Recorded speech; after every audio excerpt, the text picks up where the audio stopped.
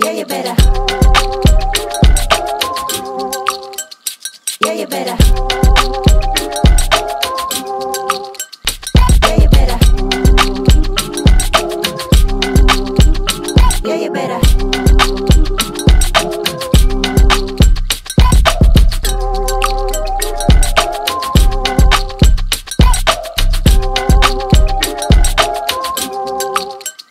Yeah, you better.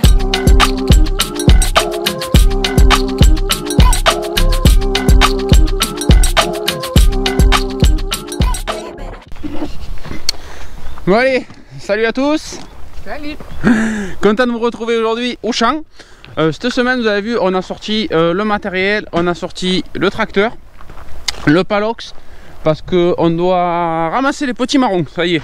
On a eu de la chance, d'un côté on n'a pas eu de pluie parce qu'on craignait un petit peu que ça explose. Parce que là les potimarrons sont quasiment mûrs, hein, on va dire. Et j'ai peur de les laisser au champ pour plusieurs raisons. La première raison, c'est qu'ils sont arrivés à un stade au niveau de la queue. Donc ça, c'est les petits repères. Vous voyez, ils commencent à sécher au niveau de la queue. Donc ça, première raison. Deuxième raison, on a peur des coups de soleil. Donc il m'a semblé en voir un par ici. Bon, vous le verrez peut-être pas légèrement à la caméra, mais ça commence à se tacher à ce niveau-là. Donc ça, on va essayer de les rentrer avant que ça soit trop abîmé par le soleil. Donc on a eu de la chance, il devait faire un orage hier et aujourd'hui, et d'un côté, bon, il n'a pas plu. Donc tant mieux, on va en profiter donc pour rentrer tout ça à l'abri. Et après, donc aussi, pour éviter un autre problème qu'il pourrait y avoir sur les potimarrons quand ils sont bien mûrs, c'est que s'ils prennent un gros coup d'eau derrière, ils peuvent arriver à exploser. Donc il m'a semblé voir un au début. Voilà, vous voyez, ils peuvent carrément exploser quand ils font une reprise de croissance. Ça peut arriver, et ça nous est déjà arrivé, et on ne veut plus que ça nous arrive. Donc ça fait qu'on prend un petit peu les devants cette année. Dans tous les cas, rien d'exceptionnel, mais il y en a à chaque pied, donc c'est plutôt cool. Ils sont jolis, donc on s'y met un petit peu, on ramasse, et je vous montre tout ça au fur et à mesure.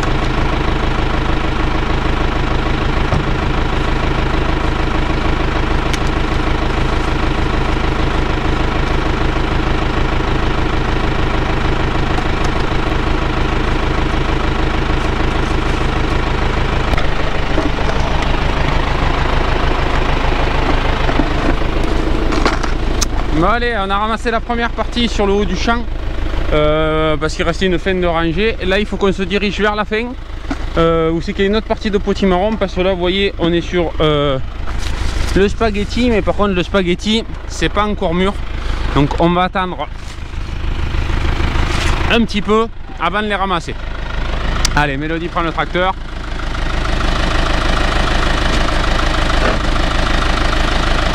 Les courgettes. Bon, tant qu'on y est, vu que Mélodie avance, on va faire un petit point aussi sur les tomates qui ont été plantées.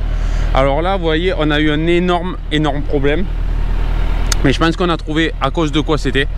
Donc comme vous voyez, les tomates ont eu énormément de mal à redémarrer. On peut même dire qu'elles n'ont pas redémarré. Elles sont très abîmées. Alors pourtant j'ai fait des essais avec, sans arrosage. Mais on a trouvé sûrement la solution après coup. Cette fois-ci on va remercier monsieur les sangliers qui nous ont un petit peu aiguillés. Et je vous explique pourquoi. Alors vous voyez, là les sangliers nous avaient arraché le plastique en grattant et ils ont abîmé le plastique. Sauf que vous regardez les 1, 2, 3, 4, 5, allez, maintenant 6 rangs. Les 6 petits plants qui ont été à l'air libre sont plutôt jolis comparés à tout le reste. Alors à quoi cela est dû? Cela est dû au fait que sûrement avec le paillage transparent, avec les chaleurs, on a eu un phénomène un petit peu de brûlure et qui ont abîmé les racines et là dès que ça a été à l'air, les tomates ont repoussé. Donc vous voyez, c'était pas un problème d'irrigation, c'était pas un problème de climat spécialement, c'était un petit peu au niveau de la température des racines. Donc voilà, comme quoi des fois en mettant le paillage transparent, au final c'était pas une bonne idée. Vous voyez pourquoi un petit peu la différence entre paillage noir et paillage transparent que je vous parle tout le temps, c'est clairement visible. Paillage, pas paillage et paillage. Donc voilà, des fois on fait des petites erreurs en voulant protéger un petit peu et autres. Voilà, Mélodie est enfin de l'autre côté. Donc bon, un petit peu dommage pour cette série parce que bon, on a eu des températures caniculaires, toujours pas de pluie, toujours pas de fraîcheur. Donc ça fait que ça en a payé un petit peu le prix de ces températures. Bref, ce n'est pas grave. Allez, on se met de l'autre côté. Vous voyez, ils sont de l'autre côté sur les 2 rangs. Donc Mélodie essaye de faire un peu de place pour passer un tracteur, mais bon, peut-être on le fera du bord. Allez, on continue. Ah, si tu le sais, c'est que je le bien.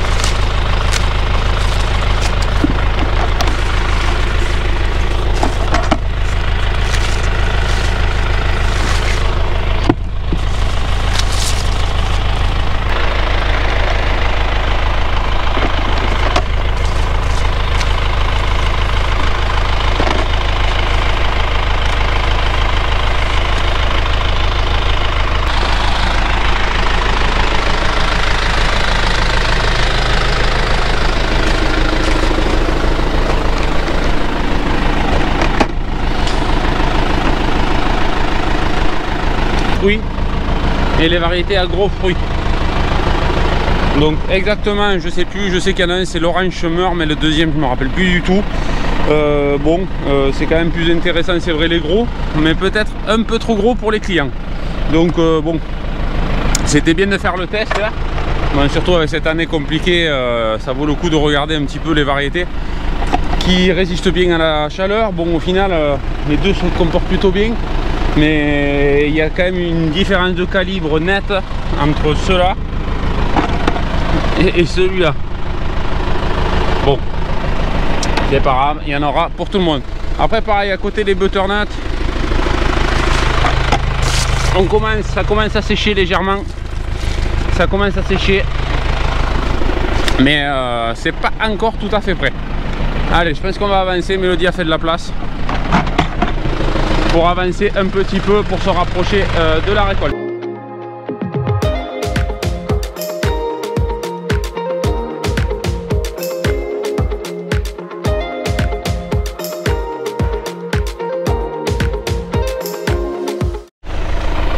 Bon voilà, on a ramassé un petit peu le plus gros, hein, vous voyez. On a ramassé ceux qui craignaient le plus, les plus mûrs. On en a laissé un petit peu derrière encore au champ, ceux qui sont pas tout à fait colorés. Et ceux qui... allez. Et ceux qui ont besoin encore de terminer, dans tous les cas, comme l'an dernier, on avait eu plusieurs ramasses à faire. On y était passé 2 fois sur les potimarrons. Ça en fait un début. Avec le climat favorable, on peut avoir encore, vous voyez, encore des fleurs derrière. Bon, là-bas, je vais vous montrer, j'en profite tant que Mélodie y est dessus. Un autre légume qu'on fait qui s'était perdu au milieu du champ, c'est du poivron en couleur, du poivron noir. Donc là, on y passe un petit peu parce que vous voyez, ils sont assez petits parce que ça fait un peu trop de fruits. Il faut les éclaircir pour que ça devienne un peu plus gros, malgré que ça ne devienne pas un gros poivron comme les poivrons verts ou les poivrons rouges. Donc là, ça permet, voilà, un petit peu de faire de diversification pour la vente. C'est plutôt cool. Et ça sert pas à grand chose. Ça sert pas à grand chose, hein, mais c'est joli, c'est sympa et ça change un peu. De la couleur, c'est tout. Ça fait de la couleur. À côté, là aussi, on avait fait du piment. T'en avais ramassé, non? Ouais, du piment fort. Je me rappelle même pas de la variété ni de l'espèce, mais voilà, ça vous avez vu, j'en ai fait une. Certains doivent le connaître. Certains doivent le connaître. C'est des piments très très forts. Et vous voyez là, les planches, je les avais taillées. J'avais coupé la tête au début et ça part plutôt vraiment en branchage très large. Bon, ça c'est vraiment quelques-uns, c'est comme ça, c'est vraiment du surplus pour avoir un petit peu de choix. C'est pas des grosses ventes, ça sert à rien d'en faire des quantités énormes. Enfin, pour nous en tout cas, ça nous sert à rien. Bon, on va continuer. Les restes, les butternuts, ça presse pas non plus, hein, la queue est pas sèche. Ça commence légèrement quand même malgré tout, mais ça je pense qu'on va pouvoir attendre encore un petit moment pour que quand même ça soit bien mûr. Allez, on passe à la suite. Allez, go. On a continué les récoltes tant bien que mal, hein, parce que avec ce sec et toujours pas de pluie, on ne s'attend pas à des miracles. Donc là, on a continué encore un petit peu d'aubergines, poivrons qui tiennent le coup encore, les tomates, très compliqué. Et donc on a vu en fait tout à l'heure les poivrons de couleur, il y a du jaune, il y a du noir, il y a de l'orange. Et Mélodie là-bas est en train de finir quelques tomates cerises. Bon, en tout cas, je voulais vous remercier pour la vidéo de la semaine dernière. Hein. La vidéo a plutôt bien marché grâce à vous, avec un bon retour. Donc, je suis content de la façon dont vous avez pris un petit peu la vidéo et comment vous avez commenté tout ça par rapport à la façon dont je voulais parler, hein, par rapport à cette personne et surtout par rapport à ce reportage. Donc vraiment merci à vous tous d'avoir bien participé, beaucoup de commentaires, j'ai essayé de répondre à tout le monde, au moins avec un petit truc, mais voilà, il y a eu pas mal de réactions là-dessus. Donc voilà, content quand même que vous ayez pris la chose de cette façon. En tout cas, on vous remercie du suivi qu'il y a eu sur cette vidéo en très peu de temps, sachant qu'elle a été sortie mercredi et que voilà, c'était pas aux heures habituelles qu'on sort les vidéos, mais voilà, on voulait vous en remercier. Allez, un moment après, on se retrouve au champ de melons. Vous voyez, ça va plutôt bien, on est assez content de ces melons. Ça s'est passé plutôt bien en arrière saison malgré tout. Pourtant ils ont pris de la chaleur, aucune pluie. Bon, cette année ça a été plutôt avantageux pour les maladies, hein, malgré tout. Hein. Faut chercher un petit peu les bonnes choses où elles sont. Cette année au niveau des melons il n'y a eu quasiment aucune maladie, aucun problème. Forcément il y a eu zéro humidité, zéro pluie, donc du coup ça fait que les plants sont restés très sains sans aucun problème du culture du début à la fin. Sur ce point c'est plutôt cool. Donc là on est venu ramasser ça ce matin avec Mélodie. Elle est déjà partie à la vente parce qu'on est plus de 10 heures et moi je suis retourné au champ donc pour continuer à faire d'autres produits. Donc là qu'est-ce qu'on a? Là on a des produits un petit peu différents, donc souvent je vous en parle quand on plante, hein, pastèque, melon de diversification. Alors là vous vous dites, ça c'est quoi ça? Ça c'est peut-être un melon? Non, ça c'est deux produits, c'est de la pastèque. Donc c'est de la pastèque, donc ça à peau jaune mais à chair rouge. Et à contrario de ça, on a donc, je vais vous le montrer parce qu'il y en a une qui a explosé, c'est un peu plus fragile. Alors je vais essayer de caler ça. Donc on a de la pastèque donc à peau jaune. Bon, celle-là elle a explosé toute seule. Je vais essayer de vous le montrer en l'ouvrant. C'est assez fragile. Voilà, mais à chair orange. Donc ça, pas beaucoup d'entre vous doivent connaître ça. Même si certains peut-être connaissent, c'est rien d'exceptionnel et ça se trouve facilement. Mais juste voilà, le petit bémol que je devrais donner pour pour cette variété de pastèques, c'est plutôt bien. Mais le problème, c'est que c'est des pastèques qui sont super fragiles. Il y a une peau très très fine et au moindre choc, clac, ça a tendance à péter. Donc des fois même elle pète toute seule au champ, donc ça c'est un petit peu embêtant, malgré qu'elle soit bonne, hein, c'est des bonnes pastèques classiques comme les autres, mais voilà, ça fait un petit peu de diversification. Donc si vous coupez un petit peu des pastèques pour les vendre par moitié, par quart ou entier, ben, ça vous permet d'avoir au moins 2 ou 3 couleurs. On fait les mêmes aussi à chair jaune à l'intérieur, donc c'est plutôt sympa. En plus c'est des bonnes pastèques, hein, malgré tout. Ceux qui ont commencé à goûter ça aiment bien. C'est un petit peu difficile au début la vente parce que ben, ça change un petit peu, hein, comme d'habitude. J'en profite en même temps, hein, désolé. C'est un petit peu difficile pour faire changer les clients un peu, donc il n'y a pas trop de graines non plus, hein. Les clients, dès qu'on leur change un petit peu leurs habitudes de la pastèque rouge ou quelque chose comme ça, c'est un petit peu compliqué. Mais après ça, c'est plutôt une bonne chose. Une fois qu'ils y ont goûté, ils aiment bien. Et voilà, ça permet d'avoir de nouveaux produits, de nouvelles couleurs. Sachant que nous, pour ceux qui ne connaissent pas la chaîne, on ne fait pas du tout ce qui est fruits, hein. On ne fait pas cerise, on ne fait pas pêche, on ne fait pas abricot. Donc ça permet d'avoir des fruits un petit peu de couleurs différentes, de formes différentes, de tailles différentes, et ça permet un petit peu, voilà, de changer et de faire découvrir aussi les choses qui changent un petit peu de la normale, parce que nous on aime bien. Dès que c'est un peu trop normal, eh ben, ça nous va pas bien. Donc du coup je continue ça. Après je vais vous faire aussi du galia, je vais vous montrer un peu parce que je vous en parle souvent, je vous le montre pas trop, et là j'en profite de cette vidéo un petit peu plus calme pour pouvoir vous le montrer. C'est un melon, donc au début il pousse comme ça. Donc je vais en avoir quelques-uns, je vous le montrerai directement. C'est un melon bien brodé, charnu, assez gros, et ça a tendance à, on va aller le voir directement, ça a tendance à devenir jaune comme ça.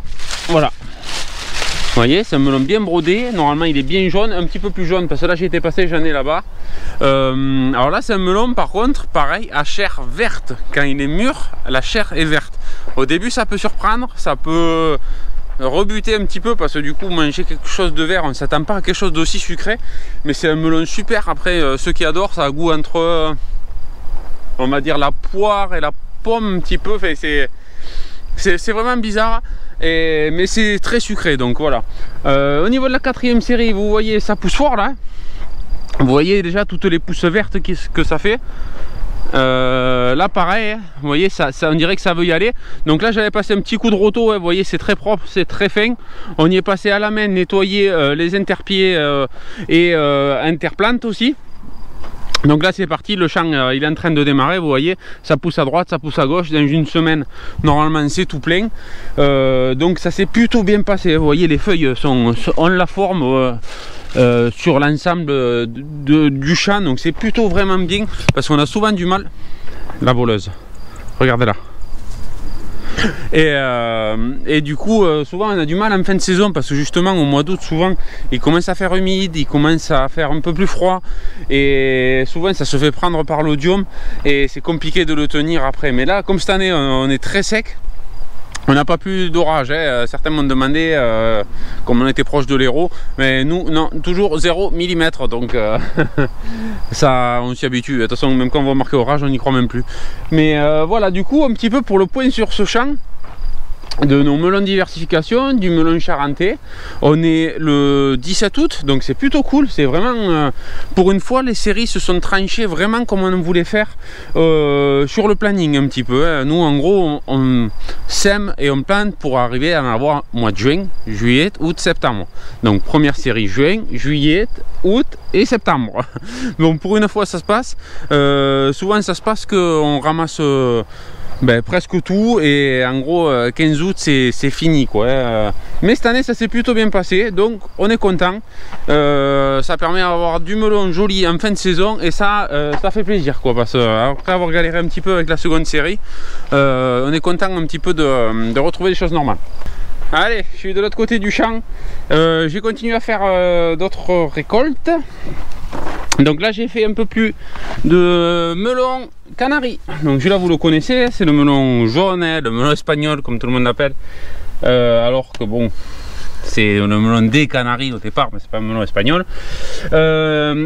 Après on a le melon Piel de Sapo, donc celui-là pareil, avec une peau un petit peu verte, un petit peu marbrée, super melon très sucré, donc aussi un ovale. Et aussi de la pastèque. Vous voyez, par rapport au seau, il y a de beaux petits fruits. Bon là on ramasse au cas par cas, c'est vraiment en plus, on y est déjà passé ce matin mais on était un peu juste. Il nous manquait un peu plus de pastèque parce qu'on avait eu quelques commandes, donc du coup ça fait qu'on est obligé de revenir après coup, mais bon c'est pas grave, c'est du détail, ça se ramasse assez vite, il n'y a pas de problème. Donc voilà un petit peu, je vais essayer de vous terminer cette vidéo comme ça aujourd'hui. Pour une fois j'ai essayé de faire ça court. On aimerait bien que ce genre de ciel un petit peu vienne s'assombrir un petit peu dans notre coin, parce que ça commence à être un petit peu pesant d'attendre la pluie et à chaque fois qu'elle arrive, elle n'arrive pas, donc du coup c'est un petit peu frustrant quand même à la longue. J'ai pu faire aucun travail de champ, j'ai rien pu déchaumer, voilà, c'est un petit peu dommage un petit peu aussi ce temps, parce que ça bloque, ça donnera un petit peu plus de travail plus tard quand les conditions seront bonnes, mais bon c'est pas grave, c'est comme ça, hein. Dans tous les cas vaut mieux ça que certaines catastrophes de grêle ou de vent ou que ça casse tout, donc tant pis, on va attendre encore un petit peu les pluies correctes, ça ira mieux. Donc encore merci, je vous rappelle pour la précédente vidéo, aux nombreux abonnés qui ont rejoint la chaîne. Lors de la précédente vidéo, vous avez été assez nombreux à vous abonner et je vous en remercie. Donc n'oubliez pas de regarder les prochaines vidéos, et malgré tout, moi on n'est pas une chaîne de polémique, pas du tout.